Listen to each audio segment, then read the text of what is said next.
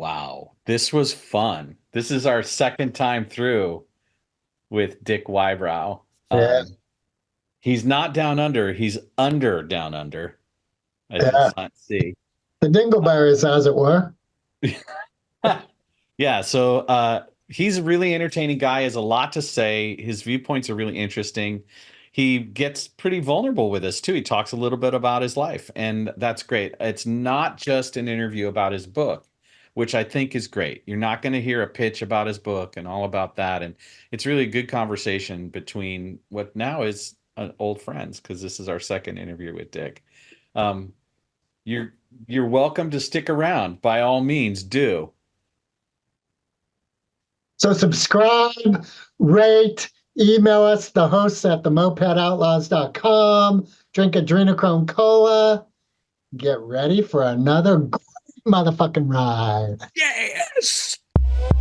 Sis, hallo? Blijven. Stuur zeker wegen dem. Joh je iets niet, joh. Two outlaws on the lam, taking the back roads through America. You can't drink enough coffee for this show. And now it's time for Monday Madness with the Moped Outlaws, Greg and Mark. And we're live with another episode of Moped Outlaws. And again, second time riding with us is author from Down Under, Dick Wybrow. In fact, we're down under, because this is New Zealand. And if Australia is down under, then we're down under, because we're even lower.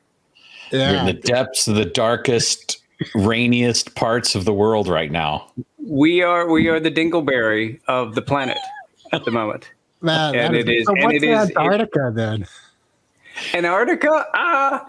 If you're the dingleberry. I guess it is the taint of the world, maybe. But it's. I'd love to go there. I'd love to go to Antarctica at some point. And I actually have known people that have gone. It sounds like it would be great. I'd love to get Antarctica is where MMA fighting occurs between aliens and predators. It might, but we just don't know because we can't get there. You can't get there from here. No, I'd love to go down and check it out. You know, you could go down and hang out with the penguins for a while. It'd be pretty neat.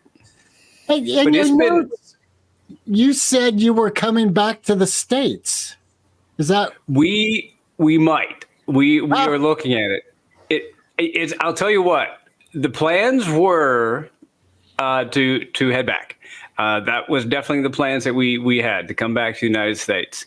But I've been talking to some American friends, and almost every single one of them say, "Hey, listen, we're making some plans. We might be looking at coming back. There's a chance we're in Auckland right now, so we might go down to Christchurch, which is South Island. We might give that a shot, because we've been in New Zealand for about 10 years or so. We've only been in Auckland, and nobody in Auckland likes Auckland." And people outside the country, they don't like Auckland either. So so we're like, let's go try a different city. And so we're thinking about going down to Christchurch. But one of the options was, we want to come back to the U.S. And I've said this to maybe a half dozen or dozen or so friends, and almost all of them to a degree have said, why would you come here now? It's insane. And so we've kind of taken that. We've taken that on board. And so we're saying, hey, listen, you guys work out whatever's happening, and we'll come when everything's better. So we'll see how it goes. We've got a really romanticized view of New Zealand. You guys seem to live a very nice life from our point of view. But I'm shocked and saddened to hear that nobody who lives in Auckland likes Auckland. And I'm curious how that's true. Now, keep in mind, it's like anything. You could be... So let's say, you move from one city to another, right? I lived in Denton, Texas for a while, and I'd come from Minneapolis, and Minneapolis was lovely, it was fine and wonderful, but it was like brutally cold, and there was ice, and there was traffic and all this, and then moved down to the Denton, Texas area, and it was warm, and there were horses, and then so the first couple of months, it was like, I feel like it's so much better here, but then after a while, your norm changes, so then your sort of baseline changes, we were like, look at all these people interrupting my day. I think if there is any heaven out there, that, you know, if we die and go to heaven, that, you know, it'd be bliss for a while. But then after a couple of months, it's just like the traffic here is amazing. It's just like, you know, where are all these, you know, it's just awful. Damn harp playing. Come on. Exactly. Like, will you keep it down, please? It's 2 a.m. You know? So I think there are rockers up here. Where are the rock and rollers? So send me over there. Yeah, I think they might have gone the other way. So we're gonna try that out. So I think so I will accept that. So there's a level of because, like, for example, like one of the many things we noticed is how kind of chill, obviously, New Zealand is. Like, there's a place called Britomart, and that is sort of the central hub in Auckland, and that's where, like, all the trains come in and all the buses come in. Now, had this been in, like, Minneapolis or Atlanta or Dallas or any other places, the place would be a cacophony of noise. People yelling, you know this, people yelling back and forth. There might be some gunplay. Who knows? It's possible. Here, you walk in and go, like, I don't hear anything. Why don't I hear anything? For the most part, people are just quiet and chill. Nobody's yelling and making a lot of noise, unless you get Australians in, and that is kind of noisy.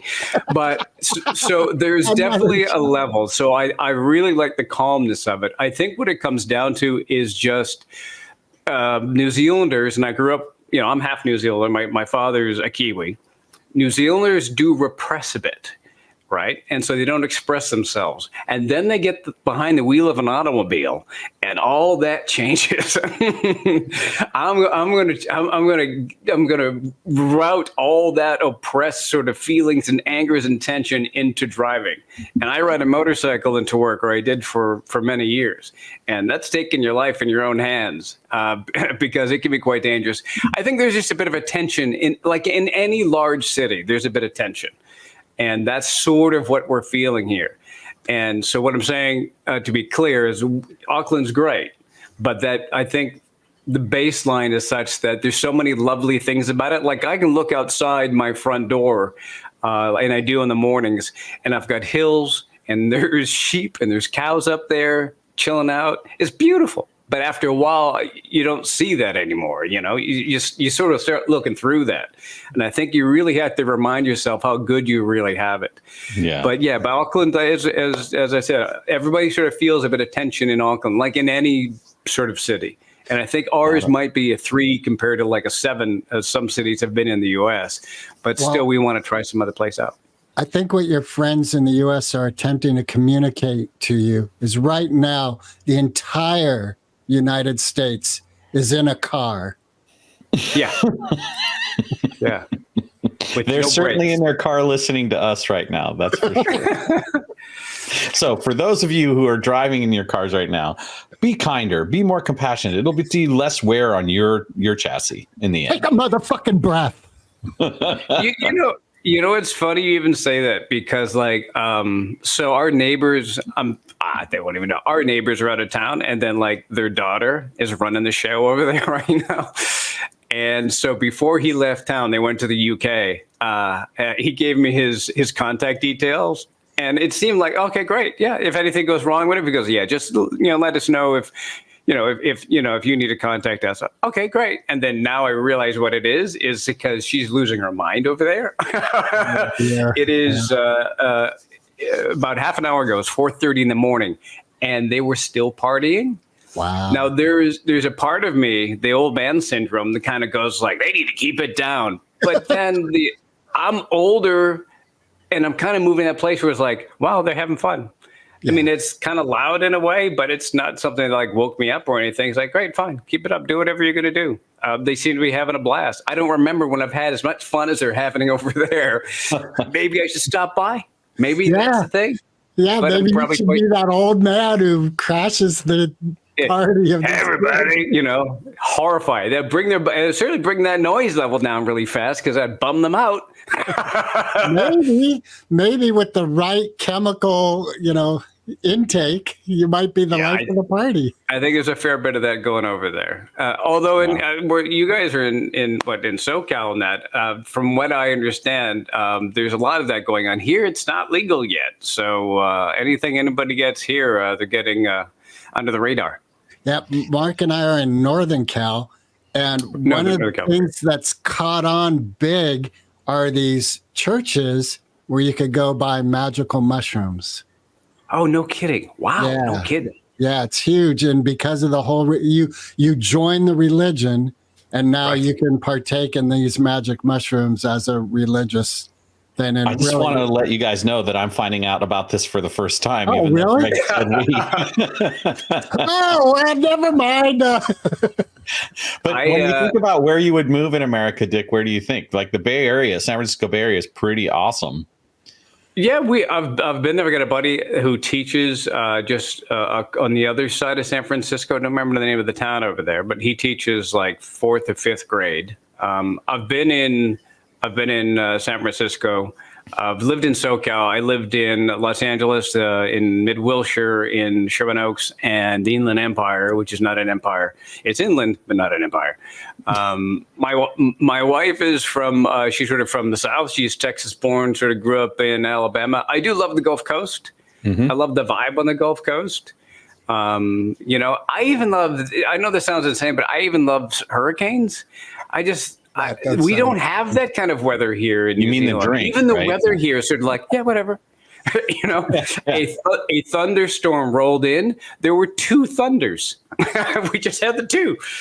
It was kind of like that's all it had in it. It was like, yeah, bringing a storm in, and it just boom, boom. Oh, I'm tired, and that was it. And I kind of really miss the chaos and the cacophony of storms. There's something about that. I know there's something that's, when Mother Nature just sort of like loses its crap. It's kind of fun in a way. And so you're having a midlife weather crisis, it sounds like. I am. I like when Mother Nature just like, okay, here's the thing. I'm in a bad mood. And I'm taking it out on you. I don't know what that is, but I really like that. It's really fun. I remember the first hurricane I was in. It was Hurricane George. I was on the Gulf Coast, and I just started at a radio station in Pensacola, Florida. And it was, and then 2 guys from the radio station took me down to to the pier and that. And you could, the sky was a creepy sort of color, almost greenish in a way. The waves are rolling in. There was actually water coming across the road. And I looked around and I said, why is there nobody else here right now? That's weird. Shouldn't there be other people around? And they looked and went, oh, maybe there was a warning or something. It's like, you work for a radio station. Aren't you supposed to know these things? And then I realized they were both stoned out of their minds. We started to get back, and every road we were sort of going through was already kind of washed out. So we almost got trapped like on the pier, which isn't a good place to be in a hurricane. And eventually the intern, that was his name, he ended up plowing the van through and come back home. But no, I love storms. I dig storms. I do miss storms. I don't miss the aftermath. I know some people can lose some stuff from it, but it is fun to see Mother Nature lose itself. There's also some great country in Montana in the United States. I've got a buddy of mine that lives out there, former CNN producer. He's up there. He moved from Atlanta because Atlanta was losing his mind a couple of years ago, and he just got out. He just sold up and got out. And so, he went up there, and he's really digging it. He likes it. And he's out there, They have real thunderstorms there and snow and summer and the whole deal. Yeah, they got proper snow. They got that kind of snow, like life-threatening 20 below snow. Exactly. They got the kind of snow where rescue helicopters have to come in sometimes. I like that. Yeah. I'm all for it. Let's have it. That's crazy. That's nuts. Yeah. Well, so everyone's so thrilled about the weather having listened to this. It's part of the conversation, I'm sure. But let me ask you this. Yeah. Is it possible Kane could turn into a Siberian husky and get trapped in the Alaskan wilderness? He can turn into, now for people that don't know the story as well, I'll do it real short. So then Kane was a wolf. He got bitten by this man who is infected. I'll put it that simply. When the full moon comes out, turns into a werewolf.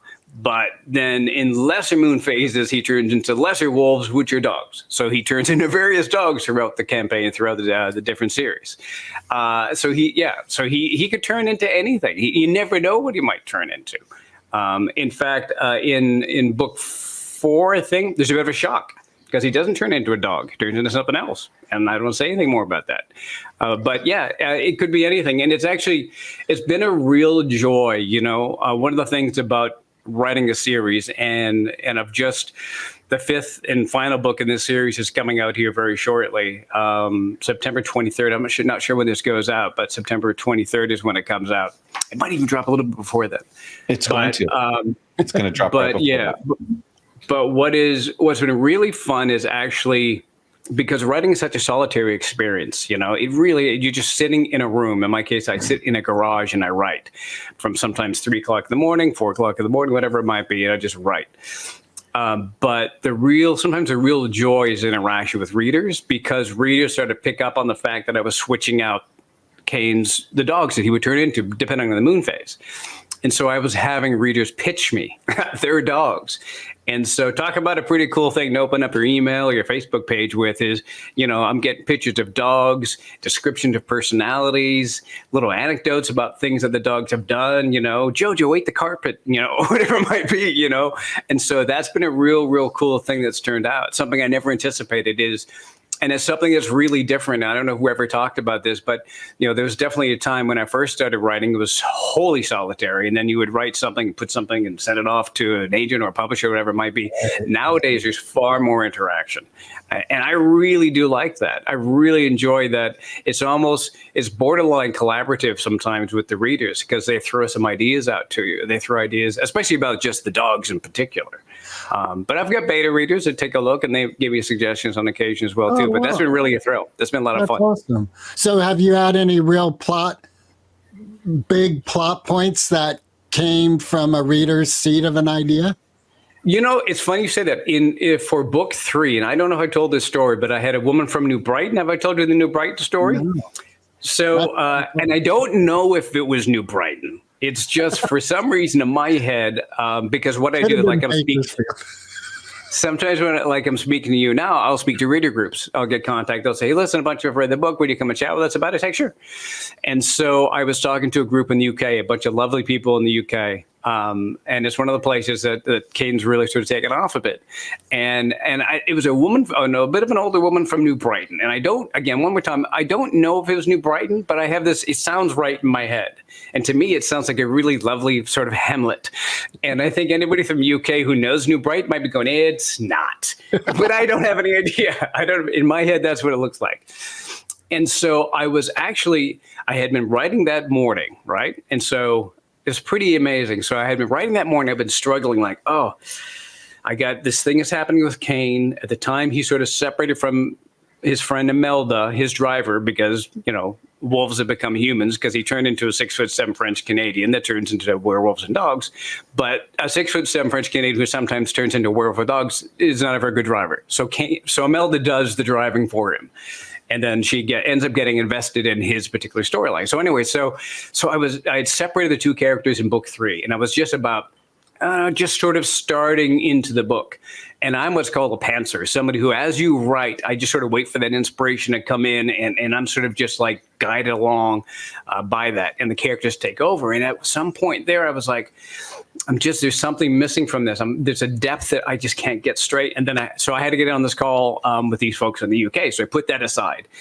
And as we're having this conversation, there was this lovely woman down in the corner, and I saw her just sort of waiting for her little chance to kind of pop in. It was really adorable. And then eventually we were sort of running out of questions or whatever it might be. The time was kind of coming up, and she kind of came in, and the moderator brought her in, and she goes, I'm really looking forward to I'm not going to do the accent. I'm not going to try it anymore. I'm really looking forward to hearing about Kane when he was growing up, because in the story, Kane as a boy basically gets picked up by a French Canadian couple up in British Columbia.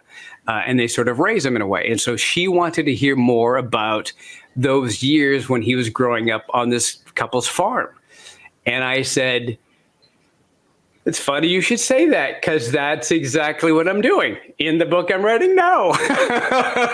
Wow. It was perfect. That's awesome. He's sort of trapped in this sort of room in a way. And the problem that I sort of had was you don't have a lot of action that way.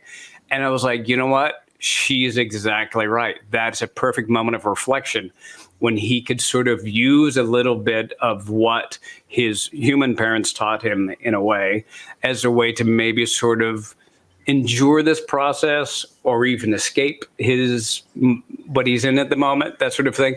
And it was it. That's all that little moment of inspiration from the woman in New Brighton ended up, I wouldn't say change, because I think ultimately that was the way it had to go. But she ended up spurring that on and made for some amazing moments, some really lovely moments in writing, all from this woman's sort of question. And it wasn't a direction. It was like, I really want to hear about this. And she was more exactly of a right. desire. Yeah, exactly. She was exactly right. This is something we need to find out now. It sort of tells us about his character. And it was fun to explore. It was really great. So yeah, it was really, really neat. How often do you go on calls like this? Is this like something you do once a quarter, or is it a couple times a year? It depends. It depends on the writing schedule, because I've done as many as 3 a week, which can be a lot. I still love it, but it takes quite a bit. But yeah, and there might be other times where it might be a couple of weeks between various calls and they kind of come at random. And when people hear about it from somebody else and they get contact me for it. And I'm a terrible person for saying no. I'm a Canadian, by birth. So we're a people pleaser and we want everybody around us to be happy. And so it's hard for me to say no, but I enjoy it every time. I really do. And it's, and it's lovely to talk with people and that sort of, a lot of people have, I think part of the conversation too, they want to talk about the books and the characters, but there's always one or two people within the group that have always wanted to try the writing thing, or there's always somebody in the group that wants to know how can they do their thing. And I'm always happy to talk to them about it, about the idea of just putting yourself out there. Don't worry about what people say. Just take a swing for the fences. Who knows? So what was the moment for you? Because you were a DJ, you've had all these different career paths where you thought, not where you thought, where you became an author. I think you're a writer and then maybe you're an author, and maybe I'm trying to be poetic and saying it that way. But I will say that when I wrote a book when I was like 17 or 18, and it was awful. It was so awful. It was terrible. But it really wasn't until I wrote maybe a second or third sort of book, and I got a buddy of mine who's a New York Times bestselling author. Lucky him. But he's a New York Times bestselling author, and he always says that the first couple of books were published by Kinko's. So it's tough for a new author to hear that, but in truth, if you want to go ahead and start writing, the first couple books you might write might not be very good. So you got to get through a couple 100,000 warriors before the stuff you write is quite good. But there was a transition where, as I was writing it, and I think it was one, I was living in North Minneapolis, and I was living in it was in this big cold house, and I was renting a room out for, I think it was like $125 a month. And I piled some of my old furniture from when I was in high school even in there and stuff like that. And I remember one day in particular, I was writing at the time, I had a very old computer, it's like an Apple IIe or something. That's how old that computer was. But it's all you needed. And I was writing along, and I think it was about 8 hours straight. And I'd never written for 8 hours straight before. That's a long, long, long time to write. But in the middle of that, I started putting things on the page that I hadn't planned, if that makes sense. It was the first time I felt something coming from outside myself. And I think that is sort of a transition. And I'd written thousands and thousands and thousands of words before then, as I said. But that first moment of, and I don't know what you would call it, inspiration or whatever it might be, but this sort of flow state coming from somewhere else. And I was like, hold on here. I've punched in the secret code that I can get to every now and then. And that is, for a writer, there's no greater experience in the world where suddenly you're being taken along with you, and you're just sort of writing down what's coming to your head. And that is, I think, that feeling between going from being sort of somebody who's writing and then a writer or an author. And I guess that was a transition. A long answer to your question, but the moment that the flow started to come in sort of unannounced. And I have plenty of moments where I'm typing along and I sort of make a bit of a choice for a character, and the character goes, nah, not doing that. And something else goes on. And I've had to take my ego out of it and just go with whatever that might be, because that feels more germane to the story. Seems to be working really well. You've got a flow. The Kane series is really continuing to progress. Are you also working on other literary things aside from fiction? I have. It's funny you said. I have one half of a story, about my experience living in New Zealand. I came here first 15 years ago, and I wrote about the experience. I had convinced a television show to pay for my trip over here, and they filmed everything and all that. So I got video and all that sort of stuff. And it's my first experience in New Zealand. I'd never been before. So I wrote one half of a nonfiction story about that entire experience. And that's going on 15, almost borderline 20 years ago now. And I want to write the second half at some point down the road. And then take a look at the two different, because, that the sort of doe-eyed wonderment of the first time as compared to, now 20 years later. So, yeah, that is a bit of a plan to do that, because we've done a ton of stuff since we've been here. We've gone through the Wybrow forest, in what's called a Polo. It was a Volkswagen Polo, which is not a car you want to take through the forest. It was a very, very bad idea. In fact, I remember we were driving and there were parts of the road that had been washed out, and it was like a picture like a Chevette or something like that, but not quite as classy. And you're taking this thing through the forest, and there, as I said, parts of the road are washed out. There's stuff that's missing, and my wife is looking over me like, "Are we okay? Should we be here?" And as a guy, you're like, "We're fine." Inside, crapping myself the whole time. Like, oh my God, there are people that are coming the other direction that are on like motorbikes with special wheels and stuff, like ATVs. Like, what are these two people doing? We're fine. Just stupid Americans who mind us at all. We crossed the Tongariro. There's another one, which is just on South Island. That's like this mountaintop that you got to go up. There's something called the Devil's Staircase. You climb up and up and up, and it never seems to end. And the weather changes. You get to the very top, and it's just this bluster coming across, and it literally is potentially deadly, as you at least in the conditions we went across in. And then you come down the other side, and we've done a lot of different adventures out here. And so, there's a lot I could get into that story, and at some point I will.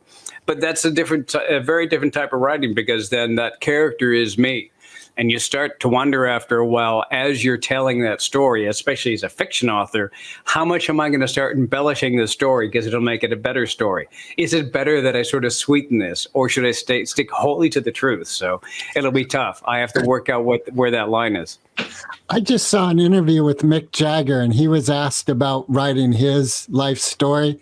And he said he wasn't interested because from what he's witnessed with others doing it, it takes about 2 years and they're stuck in the past. And he didn't want to be stuck in the past for 2 years. Right. Is that an issue that comes up for yourself? I don't think so. I mean, not for me, because I think that there is one way to take a look at being stuck in the past. I think part of it is you're also looking at your past in a different way. I take a look at experiences from my past, and there's that's something that happened in the past, but I look at it through my eyes now. I look at it through, a 55-year-old's eyes instead of a 25-year-old's eyes. And so I see the events of the past, of my past, a lot different than I did 30 years ago. Right. Do you think, I think we lost Mark temporarily, but he'll be back. He's in the past. He's in the past. Yeah. Right. Or he's lost on that road that you were. He might have been. In doing this nonfiction writing, mm-hmm. Do you have a desire to check in with your wife or others, knowing that your perspective has somewhat of a biased lens? I mean, I think, it would be fascinating in a way to speak to some people from like that 20 years ago mark, I was married to somebody else at the time. My daughter would have been all of 9 years old, I think, when I'd done that. So that could be something to revisit it. But it is funny when I read back. It's telling in a way. And I suppose this is probably potentially a rare experience, but I have read through some of it. And as I'm reading, and at the time I didn't feel this way, but as I'm reading, oh yeah, definitely going for a divorce. That this relationship is over, and it was fascinating because I didn't necessarily feel that way the time when I was writing it, but there was stuff in that writing that was so glaringly apparent in some of the storytelling that, like and we didn't divorce for, I think, a few years after that, but it was really apparent on both parts because I kind of used the book in a way. The book, it was a nonfiction book about our experience here because we were given like about 7 to 10 days or so to travel the entire country, and it was filmed for this television show. It was called Trip of a Lifetime. And so part of what I wanted to do is I wanted to chronicle the names and places I went to. So it was a bit of a diary, but it was also a chance to write this nonfiction. But in reading through it, and the conversations that I'd written down between my ex-wife, then my wife, and me, you look and go like, yeah, they're done. They're so done.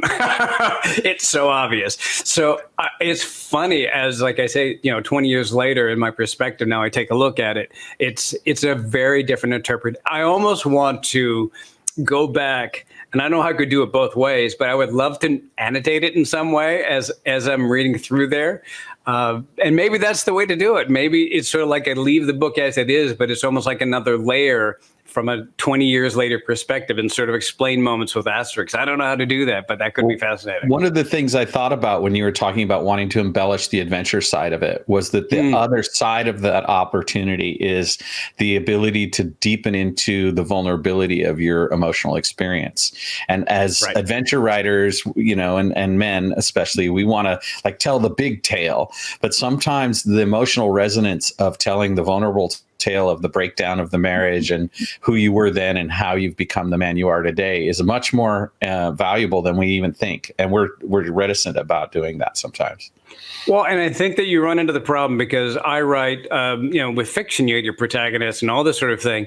And inevitably in some way, if I were to write or if I were to annotate or anything like that, nonfiction story, I'm going to put myself out as the hero. It's a natural state of what I'm going to be doing. And so like you're saying, I think your best way is if you can find a way to cast yourself as both, because we all are. We are both the hero and villain in our own stories. And sometimes we are the villain against ourselves. And so if I can be really, really honest, and it is difficult to do sometimes because you want to sort of put on a bit of a facade. But if I can be really, really honest with myself, I think it'd be great for me, but also great for somebody potentially who might be reading it. So yeah, that'd be something in the future I'd like to explore. But yeah, that can be really, because the thing about fiction writing, I can be really vulnerable. Some of the things that Kane says and some of the really emotional moments, because there are some pretty emotional moments. I've had a couple of beta readers read book 5, and some of them come back and said that they've cried through parts of it, and they know that it's a fictional character, whatever. It's like those are emotions that I have. The stuff that you're reading, the heartbreak and all that some of that comes from my own experiences, but I can hide it through the lens of these characters, these fictional characters. And so that's a bit of a cheat in a way. It's still hopefully something that people enjoy reading, but it's a way to express myself emotionally or express my own vulnerabilities. Like Kane, for being the alpha wolf, right? He still has a bit of a I'm not good enough sort of feel about himself. He still has a I'm second best sort of feeling about himself, that he sort of those vulnerabilities come out in the story now and again. And thus that's how a lot of us feel that way, that we're not good enough. It doesn't matter how much success we might have or how many accolades we might have or how many friends that might think we're wonderful. We still feel like we're crap. Many of us just feel that way. A lot of us, if not most of us, kind of feel that way. And so if I were to transition then into doing nonfiction more, now that is me just expressing how I feel about myself and about other things in the world. That feels dangerous. It could be great. I think it could be great, but that's dangerous. So I would like to try that. It's funny because I read Jim Carrey's autobiography. It was co-written, so it's both. But what struck me about that particular book was that he just goes whole on into this giant fantasy allegory where not even a third of the way through the book, it's all becomes some kind of fictional account which alludes to the life he has. So it's like he likes to make himself into a character, right? He already says that in his philosophy. But in the book, like, I wanted to really read about the way his life was and the way he went from this or that challenge in his relationship, and his partner commits suicide and all these things. But no, it became this heroic thing at the end where they're battling aliens. And I'm like, Jim, like, come on.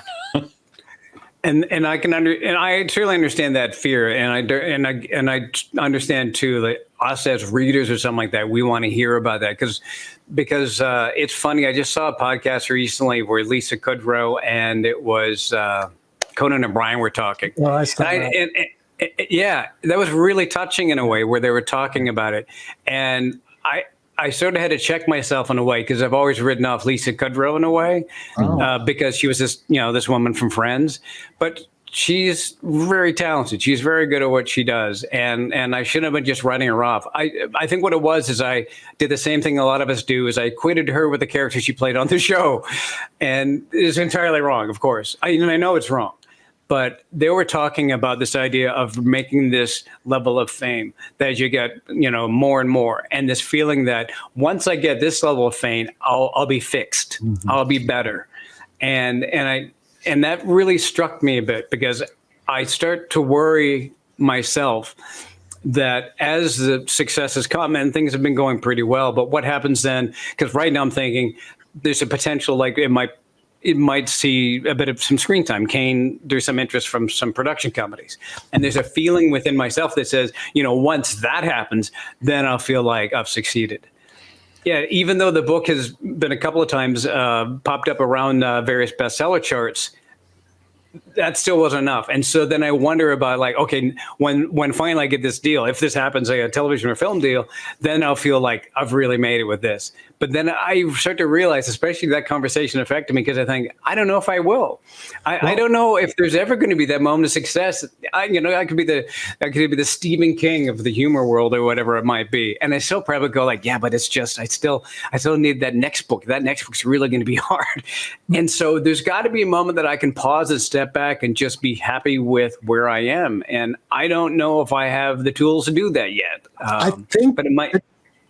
Two people come to mind that I see embrace success and that there's always going to be a challenge. They're always going to be human. And that's Kevin Hart and Tony Robbins. And both those individuals, from what I see, relish the fact that they are always going to challenge themselves. And so as the water's rising and their boat's going higher and higher into the air, they're always looking for the next way to get to the next level. And their joy comes from that. So they experience all these human elements like you talked about, self-doubt, fear, etc. But overall, there's a joy. And what I see, like with Kevin Hart, that horrible auto accident he had, where a lot of doctors in the medical fields were like, you're never going to walk again. And he himself as an individual is like, well, I am.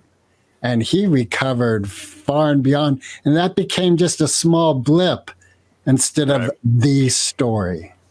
Hey, life defining, right? Yeah, right. Yeah, it's tough because, and I agree with you, this idea of looking at challenges not as something that gets in the way of life, but something that helps define your life. In fact, probably defines your life more than your successes, how you push through them. Like right now we're trying to sell our house and my wife isn't working and so it's a real limbo time right now. And so there's a bit of, I'm staring across a bunch of boxes in front of me and we're selling a house in Auckland, New Zealand at one of the worst times in the last 10 years to sell a house. And so it's a real challenge. Where every week you got to, gussy everything up and clean everything up for, hopefully somebody shows up for your open house. And so it can be really daunting.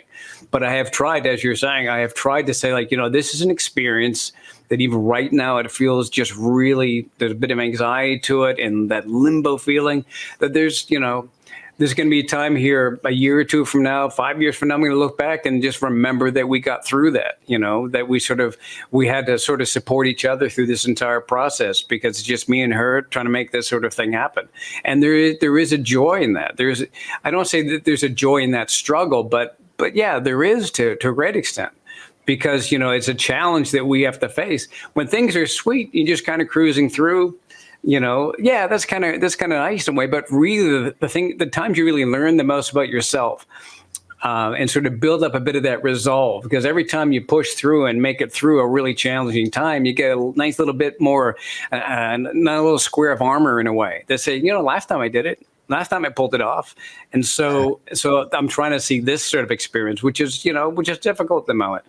I'm trying to see this experience as another chance to put on another little square of armor. But yeah, pushing through those difficult parts, because, it feels awful to be in those particular moments. But when you do come out the other side, I think that learning experience it's easy to say on the other side, but I think that learning experience is worth the strife. It seems like that's where we grow. Yeah. And your characters have to follow a similar thing. So that always informs the way that you construct your novel, is that Kane is always looking for some next thing, right? And so it gives you the insight needed to move that character along as well. Yeah, it's funny. It's funny you bring that up, because anytime that I go through something like any particular challenge or something that could be some emotional trauma, whatever, as a writer, I do have a bit of a caveat, because I can say, well, I can write about this. This has been an emotionally trying experience, or this is devastating. This will make a really good book. Now, I don't want a lot of tragedy and all that, but yeah, just little moments and all that sort of thing. I ended up, we're moving everything around, and I was hauling all this stuff out of the backyard, a bunch of plants stuffed into this wheelbarrow. This is a Kiwi design plastic wheelbarrow that looks like Fisher Price sort of thing, this big tumbling thing. So I'm hauling it along, and I'm pulling it along as I go. And I look down at my glove, and my glove looks wrong. The glove, my finger on the glove is pointing in the wrong direction. There's something wrong with my glove. And then I realize it ain't the glove. My finger is broken. But thankfully that it was still inside my glove, so I dislocated it, right? And so it kind of did one of these deals. Yeah, but I tell you what, had I seen my hand in the raw, doing that, I would have been out. I would have passed out. But at the time, it was just the glove looks funny. So I just fixed the glove. And Oh my God. So I pushed it up, and the glove went, and I was like, oh, that was unusual.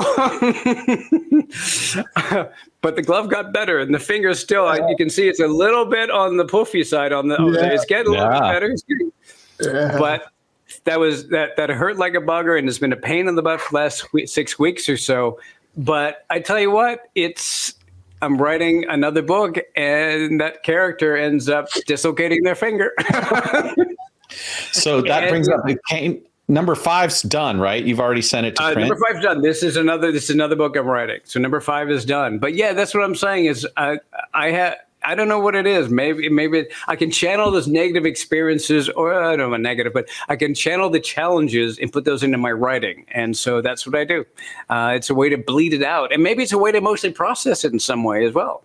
Because you do feel pretty vulnerable when you're staring down at your glove, not your hand, your glove, and your glove looks broken. There's something wrong with your glove. But no, that was a hell of an experience. And so yeah, I've inserted that into this latest writing. Is the character wearing a glove? Yeah. Right, because perfect. that's the thing. That's, to me, that was the most fascinating part of that process. Right, was staring down at the glove, and my mind going, yeah, there's something wrong with your glove, and there's a voice in your head going like, I think you might have broken. No, we haven't. Is there something wrong? It's just the glove. The glove is broken. The glove. And so, yeah, that was that mind sort of, with the mind, it refuses to accept the reality. And I'm going to focus on something that makes no sense whatsoever. And we'll tackle this problem through this fiction that the glove is broken. Because like I said, if I would have seen my hand like this, like that, I wouldn't have been able to do that. There's no way. I never would have been able to grab my finger and put it back. Are you insane? That's insane. Nobody can do that. Walk That's into crazy. the house to your wife. I think something. I would have been just going through the house like this, like fix my finger. I would have been driving to, in Auckland traffic. I would have been driving to the doctor like this the entire time. Because there's no way I could have done that. But in the fantasy of the glove, that was fine. And to me, that was a bit of there's a great character moment. That's interesting because we talk about masks and having character traits that a mask allows us to have that we don't feel comfortable on our own. Right. And in a way, this glove was like a costume that allowed you a superhuman for you character trait. Yeah, and I wish I could use that some way, apply that to other challenges in my life. I don't know what it is. Maybe we just got to start putting covers on stuff. I'll deal with this. Let me get my blanket. I'll put it over top of it. But it'd be like the grown-up Linus from the Peanuts cartoon. You have your security blanket, but it covers your whole body. Yeah, it's funny because there's I think it was Neil Gaiman who likes to talk about this idea that, fiction is one of the best ways to tell the truth. And, because there are moments that you can sort of allow in fiction and sort of a bit of storytelling, and it's kind of couched in character and storyline, that sort of thing. But you get some real truths about the human condition and the human mind from those moments in fiction. I'm wondering, this is a total left turn, but you and your wife are pulling up stakes without knowing where you want to land, where you're going to land. What was the impetus of that choice? What's funny? It's funny how many people are really shocked by that. I think it's just my personality. Like when we moved to New Zealand, we had decided, this was 10 years ago now, and it was in October. I was Googling around or whatever at the time. I had been working for CNN. I was going to leave that job because I hated working in news at the time, and I didn't like that big corporate structure. And so I Googled around and I found out that for whatever reason, since I have Kiwi heritage, I was a citizen by descent, which meant that I was a Kiwi citizen. I had to file paperwork, all that sort of stuff. And my wife said, "What are we doing here?" And so this was October. We had moved, sold stuff, and moved our life to New Zealand by January, at the end of January. And a lot of people, they just couldn't fathom that. And to us, it was just like, it's just what we need to go do. And the same thing right now, we're going to pick up and we're selling the house.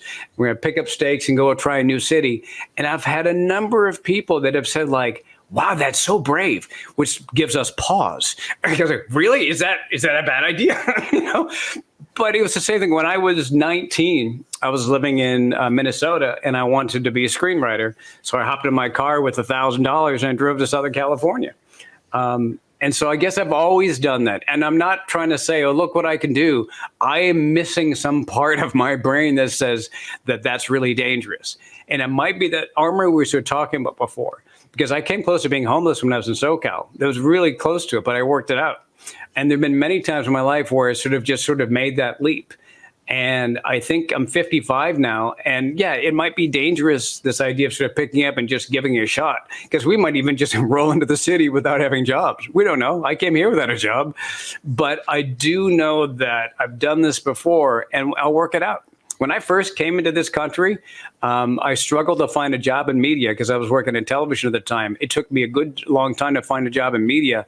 So the first job I had was basically a place called The Warehouse. I basically, at the age of, I would have been 45, I was stocking shelves at basically a Walmart overnight because that was the job I could get. And I just did it. That's what needed to be done. And so within myself, yeah, it might seem kind of nuts to go do that, but it's part of the adventure. We're going to give it a shot and see what happens. And I know that I'll find something that I can do to make it work. Do you miss being in media? What would you like to have another media job, like a radio host or? I do like radio a lot.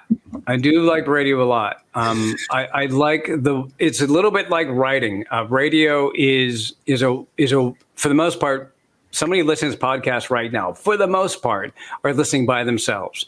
You're there listening, and we're sort of having this two-way conversation. It's just the listener just can't get a word in edgewise. And radio's a lot like that. I love that. Writing is a lot like that. Nobody, for the most part, nobody's reading the book with their family. It's just you as the author, and the sort of, in a way, a conversation with just that one reader. It's a real personal experience. Television is more of like, it's all you hundreds of people putting something together for, a half dozen people at home to sit and watch, whatever it might be. And that's a different experience. I really like that one-on-one experience that you get from like this podcasting to some extent, with radio and with writing. That all sort of feels in the same sort of universe. And I really like that. I love that individual sort of give and take. Have you listened to The Moth or any of those kind of storytelling podcasts? Yeah. Out of New York, yeah. They're pretty great. I'd love to do something like that one day. Yeah. Yeah. And I'd love to, and I love it the other direction too. I'd love to hear somebody telling a good story. There's something called the Living Library. Have you heard about that? No. Where apparently it's in various. Take a look at. I think it's called the Living Library. I think there are a couple of them through the U.S. I think there's one that is just sort of opened up here, and it's just sort of older folks telling their story. And they sit down. They're sort of interviewed by a librarian or whatever it might be, and they spend a couple hours just telling their experience. And just the richness of that, just the amazing richness of that experience.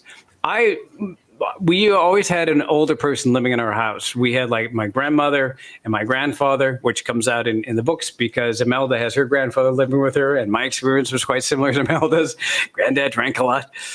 But I only realized at the very end what a loss I had, because it was right near the end when my grandmother was living with my mother and I was actually grown up. And I started talking to my grandmother, and I never had spoken to her about her youth. And wow, I never knew. And she never brought this stuff up. And they're just the beautiful stories. And some of them were just the sheer poverty. And I wrote about this because I was so struck. There was just a real quick moment. She was talking about when they were kids and how when somebody would be burning leaves, and this was the thrill, one of their big thrills as kids, because they were all real broke. Everybody was. And this was back, I guess, maybe the 20s or something. So nobody had any money. So if somebody was burning leaves, they'd run inside and they'd beg their mother for a potato. Can we have a potato? Can we have a potato? And so they'd go in, they'd get a potato, and then they'd run out and they'd all chuck their potatoes into the burning leaves.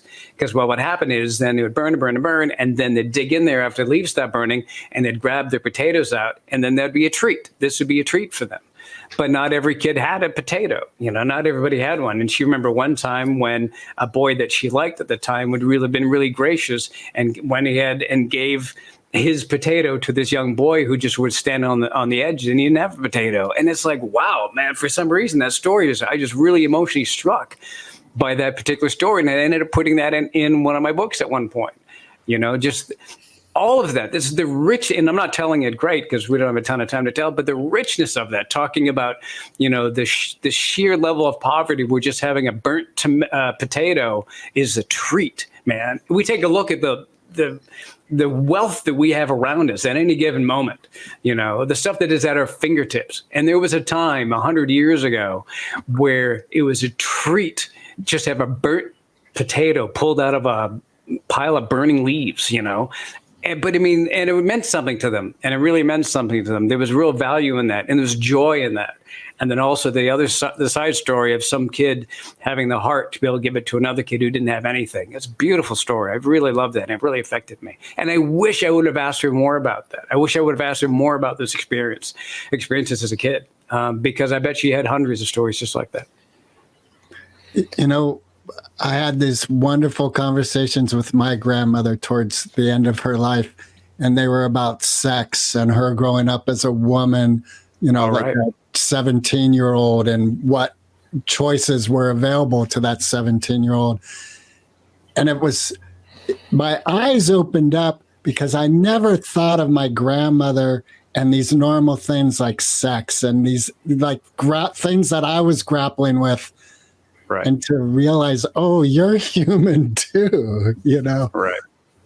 There's definitely a feeling that we're going through this and nobody else ever has. And I tell you what, all the sort of troubles, yeah, they're more, there's more technology around, but Gunther the Malodorous, he had the same problems with his wife or his relationships. We all do, and she, his wife had problems with him. It's the same thing, and we really are losing out on occasion to be able to have those opportunities. And I wish I would have had more conversations. I definitely wish I had more conversations with my grandparents about it. I try to talk with my mother about it. She's a bit more reserved. She's lovely and wonderful, but it is sort of pulling some threads out of her. But every now and then I'll get something, and it's fascinating to hear. And like you say, there's a bit of comfort in that, knowing that other people have gone through this, and maybe they have a bit of wisdom they can give to us. Sometimes they don't, because sometimes your relatives are idiots. Well, yeah, that's true. Don't take advice from those ones. Right. It reminds me, like, my grandparents always had twin beds that were separate from each other. And in this conversation, I was asking my grandmother, about sex, and she said, well, it's very romantic to sneak into someone's bed. Oh, right. Oh, right. Because you would almost feel like, there's no romance in that in a way, but that's pretty neat in a way. Right. Or I would think that there was no physical relationship with these two. And she's like, no, there, perhaps it was even enhanced by having to sneak into the other's bed. Right. Yeah. And then my wife complains because I roll over too loudly. I don't know how I do that, but apparently I do that. I roll over loudly.